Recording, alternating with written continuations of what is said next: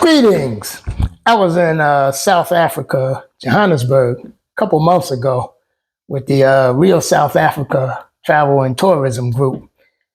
And I went on a real estate tour.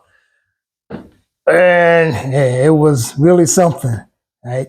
So during that tour, one day at the Safari Lodge, myself and a couple guys that was on the tour, we were interviewed about the tour itself. And it was put up on YouTube. Looks like this. Hope that's focused in. But so we talked for 31 minutes about our experience in Johannesburg and the real estate tour. And in the comments, I noticed on YouTube, somebody said they would like to know 3 negative things we thought about South Africa, and Johannesburg. And I say I really couldn't come up with any except one little one, because we was exposed to the best of Johannesburg. We stayed in Sandton, and we stayed in some very nice hotels. We actually had apartments in the hotels. And the Safari Lodge was very nice. We stayed at Bakubang in Sandton. We had an evening, we chilled up on the roof of the Legacy. They say is the tallest building in Africa. We went to the Mall of Africa. We had breakfast and dinner was included with the package in the hotel every night. We did some fine dining. We had lunches at country clubs, like Stain City. We went to Waterfall and Rosebank, Canyon, Gulf Estates, number of places. So it was all nice.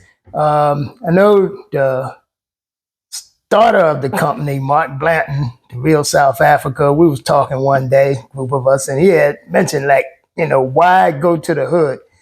And really, I figure most of us, we come from hoods, we've been around hoods all our life, so why come to Johannesburg at that time to see the hood? We would have the opportunity to see the hood.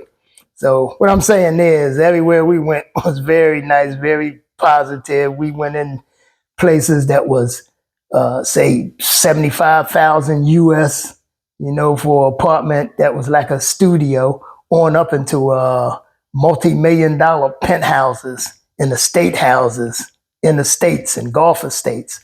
So we pretty much saw the nicest of Johannesburg. So the only kind of issue I could say I had was the wife and partner of the Real South Africa's Travel and Tourism. She mentioned one day that when you're leaving in the airport, you can go to the VAT counter, right? That's the tax counter. And like anything you buy, souvenirs and stuff, you can get a credit for those taxes, like anything except food. I said, okay, so me, Mr. Frugal, I said, oh yeah, I'm going to that window. So when I got to the airport, I checked in, I checked my check bag, I had my carry-on bag. Then I found out where the counter was. And I went over to the counter. So it was a couple in front of me. And the woman was interrogating these folks, and they was having a time. They looked nervous. Then all of a sudden, both of them put their carry-on luggage up on the counter, and they start digging through their luggage frantically, and they start pulling out stuff. And the woman at the VAT counter, she wanted to see, the merchandise. And so they pulled stuff out, but the stuff was in bubble wrap and in bags, so they didn't actually show nothing. They just pulled out stuff, but you can pretty much tell with stuff that was purchased, souvenirs and stuff. And they went on and went through the process. So when my turn came, I was next in line. I already knew what the deal was going to be. I came up, I had my hand full of receipts, and I said, I guess you want to see the products, right? And she said, yeah. And I said, yeah, my stuff is in my checked-in luggage. And, so it was kind of quiet, like, yeah, well, I can't do nothing about that. I have to see. And she kind of had a little bit of that attitude, the kind of attitude that when we come from the Western world, the kind of attitude we trying to get away from when we go somewhere, you know.